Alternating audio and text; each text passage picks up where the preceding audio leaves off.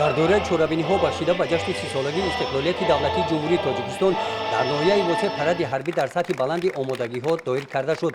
дар қисмати расмии ин чорабинӣ бо шукӯҳ бо ҳузури намояндаи ҳукумати ҷумҳурии Тоҷикистон, вазири молияи Тоҷикистон ва ҳузури собиқадорони меҳнат ва иштирокдорони ҳамоиш, раиси ноҳияи Восеъ, ҳозирин ва сокинони ноҳияро бахшида ба 30-солагии истиқлолияти давлати ҷумҳурии Тоҷикистон табрик намуданд.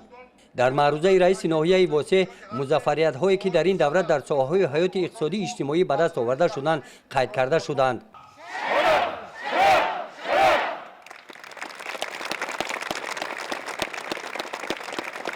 бо анҷоми маърузаи расмӣ сипас дар муҳити идона паради ҳарбӣ шурӯъ гардид. фармондеҳи паради ҳарбиро комиссари ҳарбии ноҳияи Восеъ ба уҳда дорад.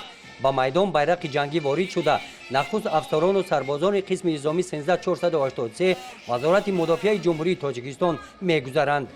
дар саф кормандони шӯъбаи вазорати корҳои дохилии Тоҷикистон дар ноҳияи Восеъ мебошанд.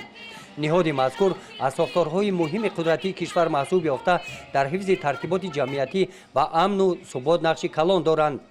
дар паради ҳарбӣ аъзоёни ташкилотҳои ҷамъиятии фронти халқӣ, ҳомиёни ватан, иттиҳоди ҷанговарони башардӯст аз майдон гузаштанд. ин дастаҳо захираҳои ноҳиявии мудофиаи ҳудудӣ аз ҷамоат деҳоти Худоё Раҷабов ва дигар ҷамоатҳои деҳоти ноҳия мебошанд. ин қисмати паради ҳарбӣ бошад бо гузашти нақлиёти ҳарбӣ, мошинаҳои ҳарбии тасмачарх ва гирчарх иқтидори мудофиавии кишварро нишон медиҳанд. гузориши хоҷа Назриев, Худойназар Зуҳуров аз ноҳияи Восеъ барои барномаи иттилоотии Навид.